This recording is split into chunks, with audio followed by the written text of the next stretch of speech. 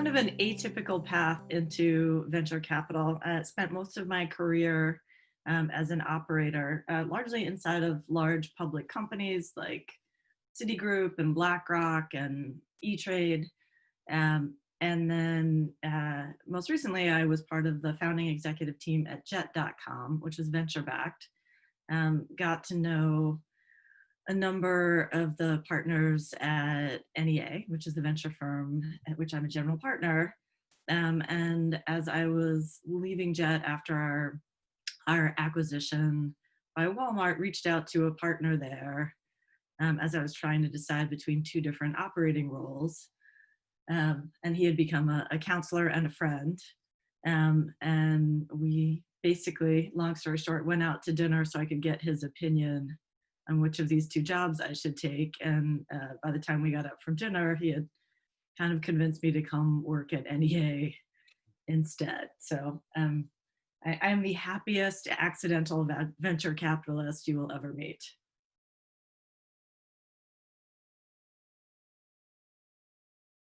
Well, it's unusual because it hadn't really occurred to me that venture capital was a career I might pursue. I had done a little angel investing on the side and had done some, I'd say, background consulting for a number of the venture funds that were investors in the company, which was my last operating role.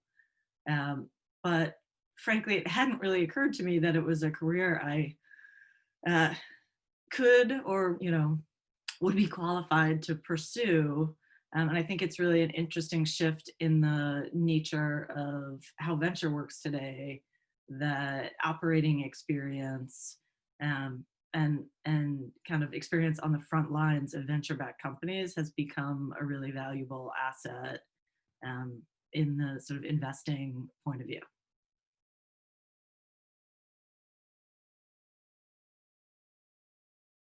I've been at NEA just a little shy of 3 years now. Certainly thought I knew what venture was like as I entered the firm, given my exposure to it on the operating side. But certainly a number of things have been sort of revelatory to me. I think one, people always told me that it was a relationship-driven business, but I don't think I realized just how relationship-driven it was in terms of how important your network, both among entrepreneurs and other investors. Two, I think the blend of art and science in it, just sort of where it sits on that spectrum, was surprising to me. How much sort of pattern recognition, and I don't know if you put that on the art or science part of the ledger, played a central role. And I think three, and this is probably the thing that has made me kind of fall in love with it, as this next chapter in my career, is that it's the only job I know where they pay you to be intellectually promiscuous. And that was something I had never experienced as an operator, and it's been an incredible upside.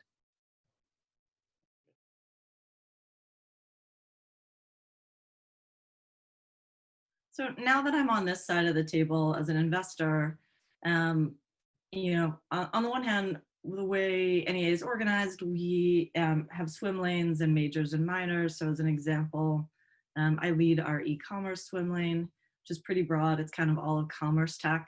So it could be anything from a DTC consumer-facing brand to e-com enablement platform to supply chain technology. So everything up and down the value chain. And that's really near and dear to my heart, given the experience at Jet, but also given a lot of my background. Prior to Jet, I spent a lot of time looking at fintech, which is a category NEA has historically done incredibly well and is a really hot and interesting and diverse market right now. And I would say I spend a lot of my time there. However, one of the great, I think, benefits of venture generally, and maybe NEA specifically, is the flexibility to find great companies in almost any sector.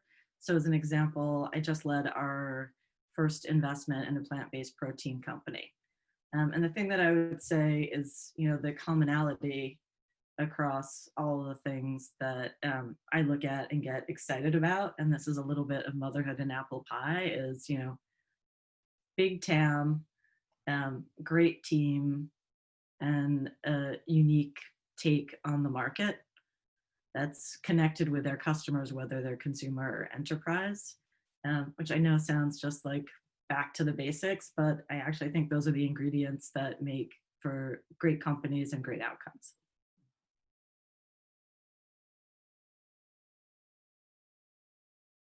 Yeah, obviously, e-com is not a new sector for investors and has been sort of a burgeoning area of growth for a couple of decades now. I do think we're kind of on the in the first, innings of the second golden age of e-commerce, um, both in that, one of the few upsides of the, really hard and tragic year we've all just lived through is the pretty dramatic acceleration of a lot of trends that existed before, which is the shift to digital or online for a number of businesses. And I think the places where, let's say, more legacy retailers are able to, sort of benefit and find fodder for growth, and therefore I think represent great investment opportunities, are in a lot of the least sexy things imaginable. So AI for inventory management, um, the some of the central platforms we are looking at now that represent operating systems for things like shelving and restocking. Frankly, if you go a little bit further back in the value chain, some of the marketplaces we're seeing that further automate and pull costs out of, marrying shipments with the right freight supplier. So not stuff that is going to get written about, you know, in consumer magazines, but things that are actually either pulling out costs, delivering better experiences, or driving greater efficiency and accuracy in all the like back office stuff that has been largely manual and unautomated for years. The other thing I would say that we've seen is just a number of companies that are manufacturers of product, but really have never thought of themselves as having consumers as their direct customers. They sell through others historically, and have been reticent to get on the e-commerce bandwagon. Have found this last year with the closure of so many retail outlets, either temporarily or long term, have kind of had to get on board and find ways to go to market directly. And we just think the e-commerce genie is a really hard one to put back in the bottle once it's out.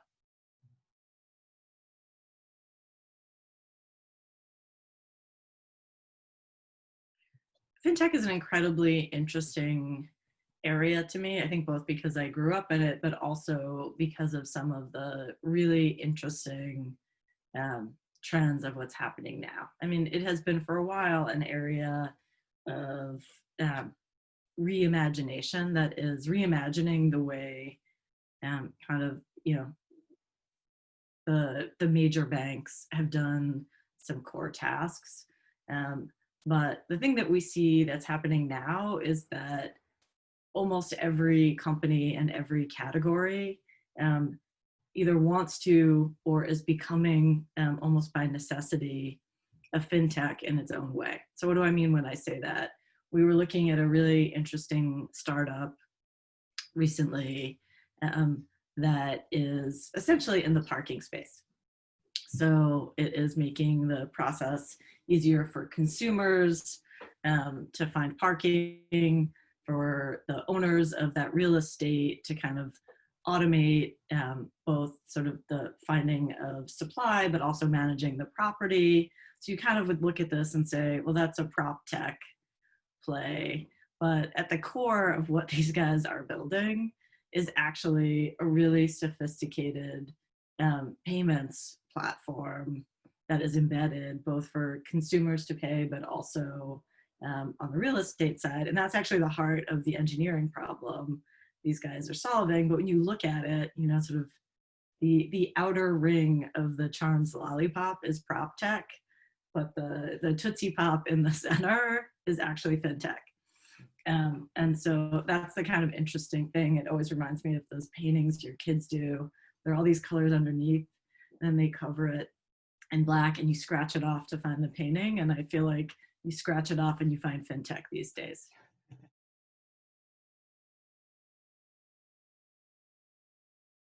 I think we're all super excited to turn the page on 2020 because it's just been such a hard, challenging year for, you know, all of our communities in almost every way you can think of. And so excited to look forward to 2021, both because one hopes it's the end of the health crisis, but also I think there are a number of really interesting opportunities for us as investors. Certainly, you know, and I worked at Citi during the 2008 crisis, and one of the things you see on the heels of this kind of major economic dislocation is a really fertile time for birth and generation of small business.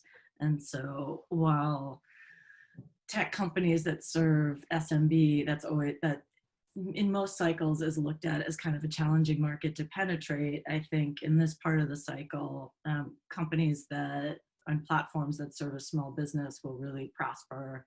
And we'll see that whether it's, you know, Shopify or Cloudflare or Squarespace, those kinds of companies will really find a lot of traction, I think, both in the venture market and a lot of love in the public markets for those that are public.